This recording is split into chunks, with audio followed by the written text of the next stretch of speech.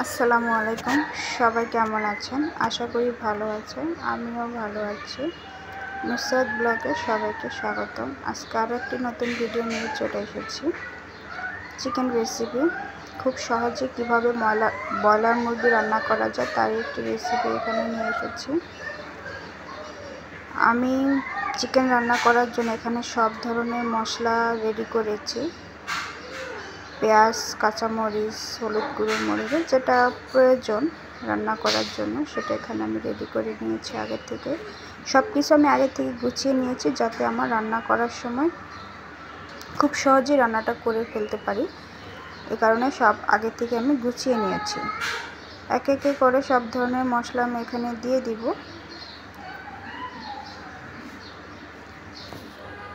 তাহলে চলো কথা না বাড়িয়ে মূল ভিডিও দেখে আসি কিভাবে আমি চিকেনটা আজকে রান্না করলাম।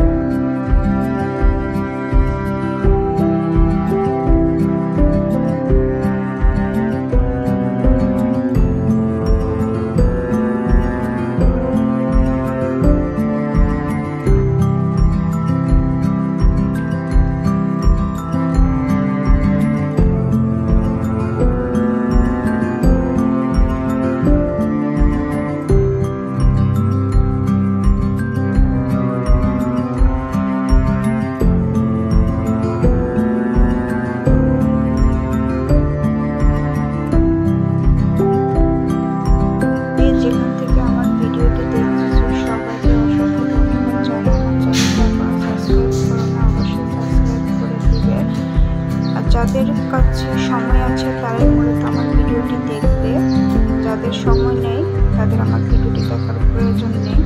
আর যারা দেখবে প্লিজ সবাই ফুল ওয়াচ করে দেখে দিবে। ধন্যবাদ সবাইকে। আজকে এ পর্যন্তই। সবাই ভালো থাকবে। আল্লাহ হাফেজ।